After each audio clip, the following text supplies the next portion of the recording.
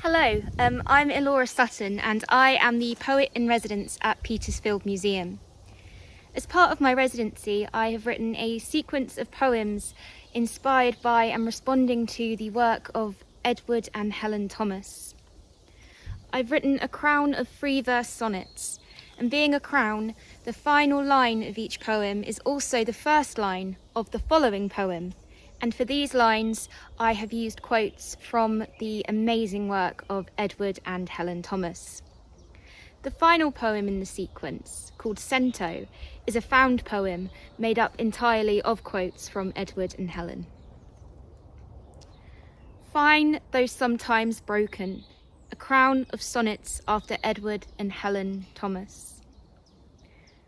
The sonnet, with an emotion strong enough to crush mere fancy and observation, could combine rapidly to fine, though sometimes broken, results. And that is a quote from Edward Thomas, writing in his book about Keats. These poems sank into my heart like prayers. That's from Helen Thomas, from her novel World Without End. 1. Sun guzzle.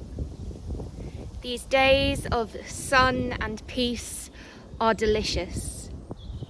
These afternoons of wild garlic are delicious. The fact of liking someone enough to miss them.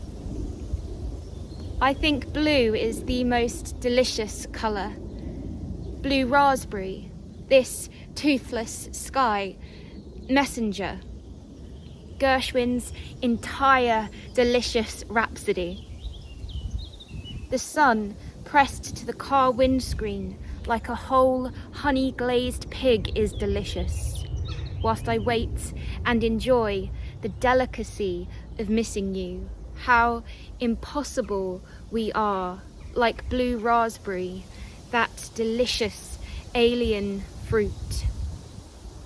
I just want to be the sun at the end of everything, thinking I have eaten too much, marmalade, honey, jam, treacle, etc. And it was delicious. 2. Matriarch. Marmalade, honey, jam, treacle, etc. It has a pagan quality, her kitchen. The apricots soaking their bruised knuckles, the broken-backed coffee machine's uphill pilgrimage, steamy astral projections of lavender, and honey stirred into everything. She is teaching me such things. How a woman is forever an alchemist, always a witch. The yellow magic of a shrine of supermarket tulips on the windowsill behind the sink. Yet, I still don't know what she means when she sings.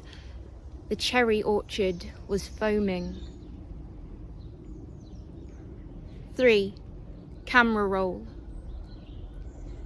The blossom is foaming, downloading the sun's glitchy interface. A distant algorithm. Lapwings. Did you mean, is the sky over a field also the field, or is it in the field like a sheep or a flock of sheep?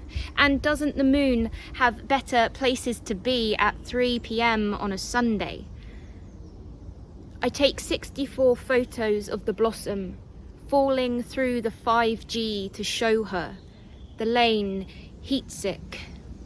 My shadow, a mistranslation. My anemone maiden. 4. Guide to worshipping a minor rustic deity. Tell me I am your anemone maiden, your entire south. A daughter of the sun, the moon, a shrine to my mouth. Tell me I am a song of many hidden birds. You have been leaving offerings of fresh watercress in chaffinch nests again. Tell me I am about the business of eternity, a perfect example of a meadow where a church once stood. I was born to be a great river. Say you believe me. My name means light in one ancient tongue and an untranslatably vague yearning for freedom in another. Tell me there is no such thing as a dead language. I make you hungry for the sky. You didn't realize until later what you had done, how your spirit was waiting in the dark.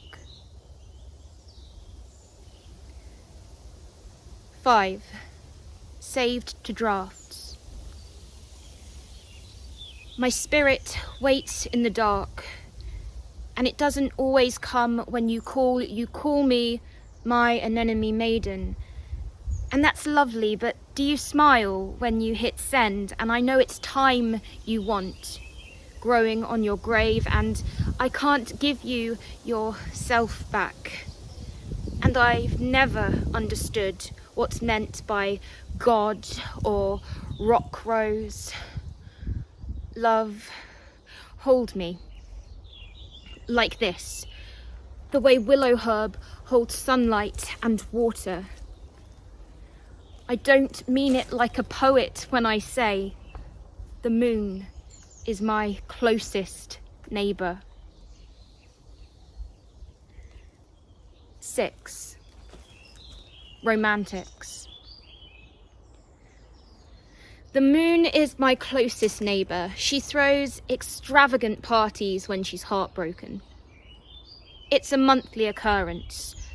Her blue apartment, a batch of minor poets, a crate of muslin-wrapped dessert plums. Our hands overlap often. She has a thing for taxidermy. Her favourite party game is skinning rabbits on the roof. She expects a tribute from each guest. The best yet was a jay's wing. She wore it in her hair for weeks before she lost it. The following morning, I signed for plums, my usual invitation. When she's in love, we're all agreed, she can't be left alone. She sits with me on my night shifts at the laundrette, watching foam blossom against the humming glass. Like ghost moths weaving their mysterious dance, she says. 7. What I have learnt so far. Ghost moths have been weaving my hair again. Perhaps they can taste the moon on me. I love the theory that says we are all just the universe's way of translating itself into something legible. I am shorthand for potential, a cocoon of metamorphosing light. Everything is poetry in its mother tongue. The rain said it first and better. The blossom said it first and better. The road signs said it first and better and better. The moon knows I am a flawed medium. I want to write bright, irrelevant things. An orchard of misremembered autumns, but the past is the only dead thing that smells sweet. 8. Cento. The past is the only dead thing that smells sweet. The only dream that enters the deep sleep of lovers to unteach what the fox so well expressed. A soft wind as of ushering voices. I tasted deep the hour I first learnt to distinguish trees, the thick perfume of so many leaves, like a hand open, forgiving. It's the turn of lesser things, I suppose. Some beautiful effect of clouds or of smoke. The windmills in the flat meadows by the sea below, a shallow bowl of white violets. If it weren't for these things, I shouldn't be really alive. These days of sun and peace are delicious. Thank you.